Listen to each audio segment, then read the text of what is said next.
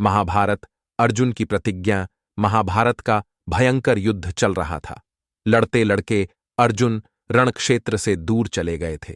अर्जुन की अनुपस्थिति में पांडवों को पराजित करने के लिए द्रोणाचार्य ने चक्रव्यूह की रचना की। अर्जुन पुत्र अभिमन्यु चक्रव्यूह भेदने के लिए उसमें घुस गया। उसने कुशलतापूर्वक चक्रव्यूह के 6 चरण भेद लिए, लेकिन 7वें चरण में उसे दुर्योधन, जयद्रथ आदि 7 महारथियों ने घेर लिया और उस पर टूट पड़े। जयद्रथ ने पीछे से निहत्थे अभिमन्यु पर जोरदार प्रहार किया। वह वार इतना तीव्र था कि अभिमन्यु उसे सहन नहीं कर सका और वीर गति को प्राप्त हो गया। अभिमन्यु की मृत्यु का समाचार सुनकर अर्जुन क्रोध से पागल हो उठा।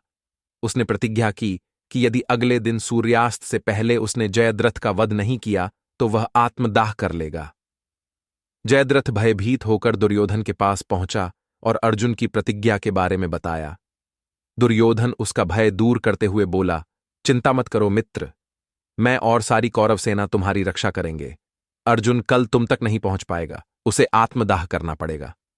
अगले दिन युद्ध शुरू हुआ। अर्जुन की आंखें जयद्रथ को ढूंढ रही थीं, किंतु वह कहीं नहीं मिला। दिन बीतने लगा। धीरे धीरे अर्जुन की निराशा बढ़ती गई। ये देख श्रीकृष्ण बोले, पाठ, समय बीत रहा है और कौरव सेना ने जयद्रथ को रक्षा कवच में घेर रखा है। अतः तुम शीघ्रता से कौरव सेना का संहार करते हुए अपने लक्ष्य की ओर बढ़ो। यह सुनकर अर्जुन का उत्साह बढ़ा और वह जोश से लड़ने लगे। लेकिन जयद्रथ तक पहुंचना मुश्किल था। संध्या होने वाली थी। तब श्रीकृष्ण ने अपनी माया फैला दी। इसके फलस्वरूप सूर्य बादलों में छिप गया और संध्या का भ्रम उत्पन्न हो गया। संध्या हो गई है और अब अर्जुन को प्रतिज्ञावश आत्मदाह करना होगा। यह सोचकर जयद्रथ और दुर्योधन खुशी से उछल पड़े। अर्जुन को आत्मदाह करते देखने के लिए जयद्रथ कौरव सेना के आगे आकर अट्टहास करने लगा। जयद्रथ को देखकर श्रीकृष्ण बोले, पाठ, तुम्हारा शत्रु तुम्हारे सामने खड़ा है।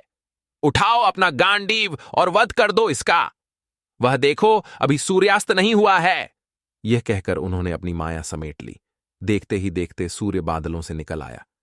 सबकी दृष्टि आसमान की ओर उठ गई। सूर्य अभी भी चमक रहा था। ये देख जयद्रथ और दुर्योधन के पैरों तले जमीन खिसक गई। जयद्रथ भागने को हुआ, लेकिन तब तक अर्जुन ने अपना गांडीव उठा लिया था।